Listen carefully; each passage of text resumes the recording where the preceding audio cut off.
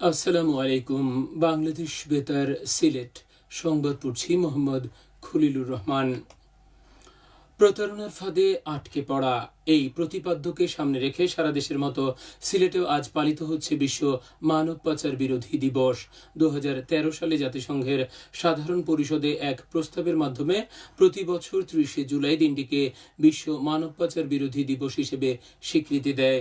প্রস্তাবে বলা হয়, মানব পাচারের শিকার ব্যক্তিদের অবস্থা সম্পর্কে সচেতনতা বাড়াতে এবং তাদের অধিকারগুলোর প্রচার ও সুরক্ষার লক্ষ্যে এমন একটি দিবসের প্রয়োজন ছিল। 2024 সালের কোটা সংস্কার আন্দোলনের চূড়ান্ত পর্যায়ে 30 জুলাই লোক দেখানো রাষ্ট্রীয় শোক পালনের উদ্যোগ নেওয়া হয়েছিল। এদিন সরকারি এই সিদ্ধান্ত প্রত্যাখ্যান করে মুখে লাল কাপড় বেঁধে প্রতিবাদ র্যালি ও সংহতি সমাবেশ অনুষ্ঠিত হয় সারা দেশব্যাপী। এই সময় বিভিন্ন বিশ্ববিদ্যালয় ক্যাম্পাসে বিপুল সংখ্যক আইন শৃঙ্খলা রক্ষাকারী বাহিনীর সদস্য মোতায়েন ছিল। পুলিশ, র্যাব, ডিবি ও গোয়েন্দা সংস্থার সদস্যরা বিভিন্ন স্থানে অবস্থান নেয়। এদিকে 30 জুলাই গভীর রাতে শিক্ষার্থীদের মেসে মেসে তল্লাশি চালানো হয়, সর্বত্র থমথমে অবস্থা তৈরি হয়। এদিন পুলিশের পাশাপাশি যুবলীগ ও ছাত্রলীগের নেতাকর্মীরাও আন্দোলনরত শিক্ষার্থীদের খোঁজাখুঁজি করেছে। কোটা সংস্কার আন্দোলনকে ঘিরে হত্যা, গণগ্রেপ্তার, মামলা ও গুমের প্রতিবাদে 31 জুলাই সারা দেশে মার্চ ফর জাস্টিস কর্মসূচি পালন করে বৈষম্য বিরোধী ছাত্র আন্দোলন। এই কর্মসূচির অংশ হিসেবে সিলেট সহ দেশের বিভিন্ন স্থানে কর্মসূচি পালন করেন শিক্ষক ও শিক্ষার্থীরা। এই কর্মসূচি পালনকালে বিভিন্ন জায়গায় লাঠিপেটা, সাউন্ড গ্রেনেড ও কাঁদানে গ্যাসের শেল ছুড়ে তাদের ছত্রভঙ্গ করে দেয় পুলিশ। সব মিলিয়ে শতাধিক বিক্ষোভকারীকে আটক করা হয়। সাংবাদিক সহ বিভিন্ন স্থানে আহত হন অনেকেই। আন্দোলনের কেন্দ্রীয় সমন্বয়কদের মুক্তি, শিক্ষার্থী হত্যা, গ্রেপ্তার, শিক্ষার্থীদের মুক্তি সহ 9 দফা দাবিতে মার্চ ফর জাস্টিস কর্মসূচির ঘোষণা দেন বৈষম্য বিরোধী ছাত্র আন্দোলনের নেতারা। এই দিন সিলেটে বৈষম্য বিরোধী ছাত্র আন্দোলনের মার্চ ফর জাস্টিস কর্মসূচিতে বাধা দেয় পুলিশ। শিক্ষার্থীরা বাধা পেরিয়ে যাওয়ার সময় পুলিশ সাউন্ড গ্রেনেড ও কাঁদানে গ্যাস ছুড়ে তাদের ছত্রভঙ্গ করে দেয়। এতে শিক্ষার্থী সহ অন্তত 20 জন আহত হন। পরদিন 1 আগস্ট নতুন কর্মসূচি রিমেম্বারিং আওয়ার হিরোজ ঘোষণা করে বৈষম্য বিরোধী ছাত্র আন্দোলন।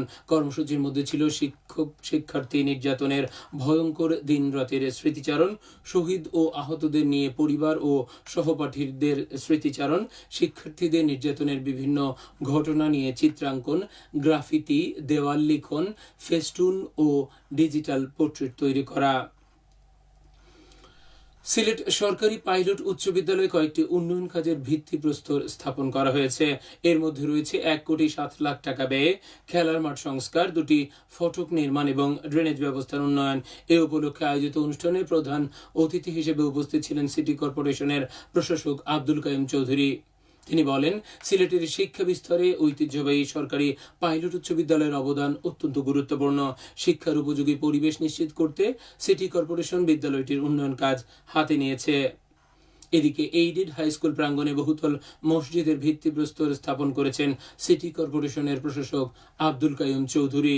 এ সময় বিদ্যালয়ের পক্ষ থেকে বিশুদ্ধ পানির সংকট, খেলার মাঠ, অভ্যন্তরীণ সড়ক নির্মাণ সহ বিভিন্ন অবকাঠামোগত সমস্যার কথা তুলে ধরে সিটি কর্পোরেশনের সহযোগিতা কামনা করা হয়।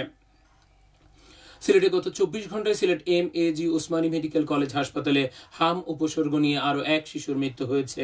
এ নিয়ে সিলেট বিভাগে মৃতের সংখ্যা বেড়ে দাঁড়িয়েছে 110 জনে। স্বাস্থ্য অধিদপ্তরের সিলেট বিভাগীয় কার্যালয় থেকে আজ সকালে এসব তথ্য জানানো হয়। এদিকে বর্তমানে সিলেট বিভাগের বিভিন্ন হাসপাতালে হামের উপসর্গ নিয়ে চিকিৎসাধীন রয়েছেন 286 জন রোগী। গত 24 ঘন্টায় ল্যাবরেটরি পরীক্ষায় নতুন করে কেউ শনাক্ত না হলেও এই সময়ে 83 জন সন্দেহভাজন রোগী বিভিন্ন হাসপাতালে ভর্তি হয়েছেন। সিলেট কৃষি বিশ্ববিদ্যালয়ের বিভিন্ন অনুষদের মেধাবী শিক্ষার্থীদের বৃত্তি প্রদান করা হয়েছে। গতকাল vice chancellor professor doctor Mohammad আলিমুল ইসলাম শিক্ষার্থীদের হাতে বৃত্তির এই চেক প্রদান করেন। এ সময় তিনি বলেন, এই অর্জন তাদের অধ্যবসায় ও মেধার স্বীকৃতি স্বরূপ। ভবিষ্যতে তারা আরও শিক্ষা, গবেষণা ও নৈতিক মূল্যবোধে সমৃদ্ধ হয়ে দেশ ও জাতির কল্যাণে গুরুত্বপূর্ণ ভূমিকা রাখবে বলে তিনি আশা প্রকাশ করেন। সপ্তাহব্যাপী বৃক্ষরোপণ কর্মসূচি শুরু হয়েছে মৌলভীবাজারে। সদর উপজেলার চাঁদনীঘাট রায়শ্রী সড়কের পাশে চারা রোপণ করে এর উদ্বোধন করেন আনসার ও ভিডিপির জেলা কমান্ড্যান্ট মোহাম্মদ রাশিদুল হাসান জন। কর্মসূচির আওতায় 7টি উপজেলার 38টি গ্রামীণ সড়কের উভয় পাশে প্রায় 34,500 ফলদ, বনজ ও ঔষধি গাছের চারা রোপণ করা হচ্ছে। জেলা আনসার ও ভিডিপি এই উদ্যোগ নেয়। সবশেষে আবহাওয়া। সন্ধে 6টা পর্যন্ত পূর্বাভাসে বলা হয়েছে সিলেট সহ পার্শ্ববর্তী এলাকার জন্য কোনো সতর্কবাণী নেই এবং কোনো সংকেত দেখাতে হবে না। আজ সিলেটে সূর্য উদয় হয়েছে 5টা বেজে 17 মিনিটে এবং সূর্য অস্ত যাবে 6টা বেজে 38 মিনিটে। সংবাদ শেষ হলো। আমাদের পরবর্তী স্থানীয় সংবাদ প্রচারিত হবে বিকেল 4টা বেজে 30 মিনিটে।